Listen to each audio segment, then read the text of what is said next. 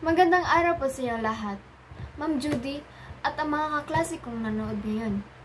Nais ko kayong tanungin, kapag may lagnat tayo, agad tayong umiinom ng gamot. Kapag pagod, nagpapahinga tayo. Ngunit kapag mabigat na ang ating iniisip, sino kaya ang ating nilalapitan? Dito, pumapasok ang kahalagaan ng mental health awareness. Ayon sa University of Findlay, isa sa bawat 5 na matanda ay nakaranas ng mental illness at mas maraming kabataan ang nagdurusa sa stress, anxiety at depression. Ngunit, sa kabila ng mga datos na ito, sa Pilipinas ay nanatiling malakas ang stigma.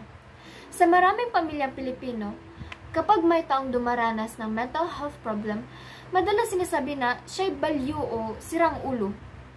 Imbes na intindihin, kadalasan ay pinagtatawanan o kaya itinatago. Ito ang dahilan kung bakit marami ang pinipiling manahimik at magdusa ng mag-isa. Ang ganitong pananaw ay mapanganib sapagkat imbes na gumaling, mas lalo pang lumalala ang kanilang kalagayan. Ngunit, unti-unti na rin nagbabago ang ganitong pananaw.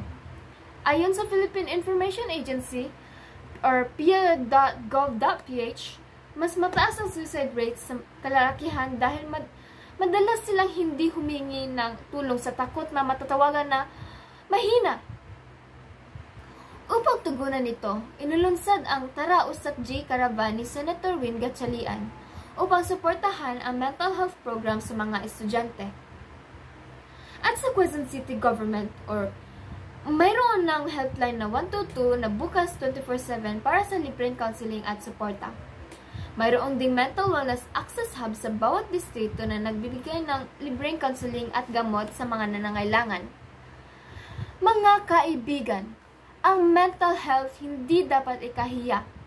Ayon sa mentalhealthfirstaid.org, ang pagbibigay ng tamang impormasyon at suporta ay isang malaking hakbang upang matulungan ang mga taong dumaranas ng depression o anxiety. Tandaan natin, ang taong nakaranas na ganitong hamon ay hindi balyu, kundi tao ring nangangailangan ng pag-unawa at malasakit.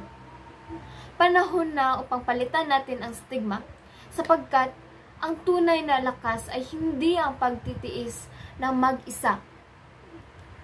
Kung ang pagkakaroon ng tapang na magsabi, kailangan ko ng tulong. Maraming salamat po. Ko po si Ariana Palma.